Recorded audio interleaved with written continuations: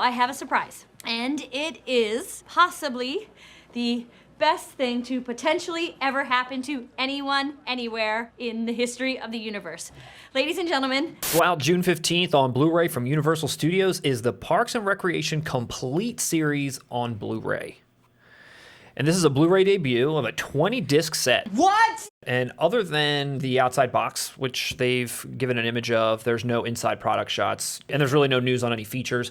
I'm assuming whatever was on the DVDs when they were initially released are probably just getting ported over onto this. I doubt there's anything new. It's probably just the upgraded, HD presentation, and that's pretty much it. These were all previously released as single DVDs and as a DVD box set with this exact same art.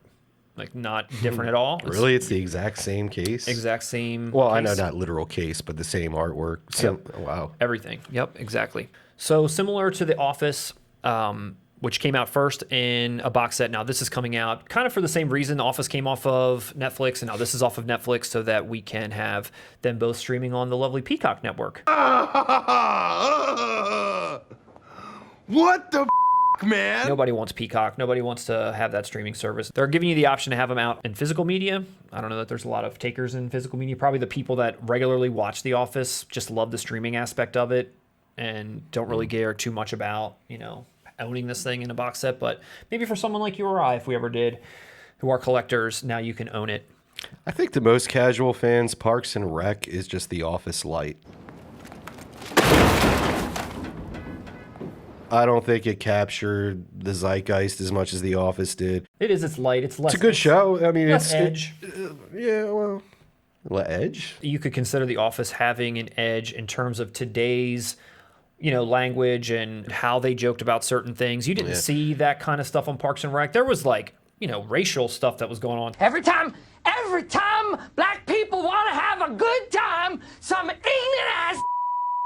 It was more, I think, wholesome is the way that I kind of look at it. But I think beyond that, just even the setting, I think an office is more universal to most people than government. True. Again, it sounds like I'm trashing this show. I am a fan. Ton of talented people involved in this show.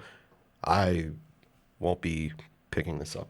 I won't be picking it up either, probably. I enjoyed watching it when we could, when you were able to stream it and just throw an episode or something on. So I do feel like the first season, that intro 6 episodes, they had something there, but then it greatly got tweaked going forward. When they dropped that one guy, it was Mark, I think his name was. He was the love interest for the Leslie Knope character. Yeah. He was pretty much dead weight. And then once they started focusing more on the Chris Pratt character and the Aziz Ansari character, and obviously Ron Swanson and some of these other guys got more screen time, you could see how great the characters on the show were. Yeah, his friend. Who's Tom's friend? It's Jean-Ralphio.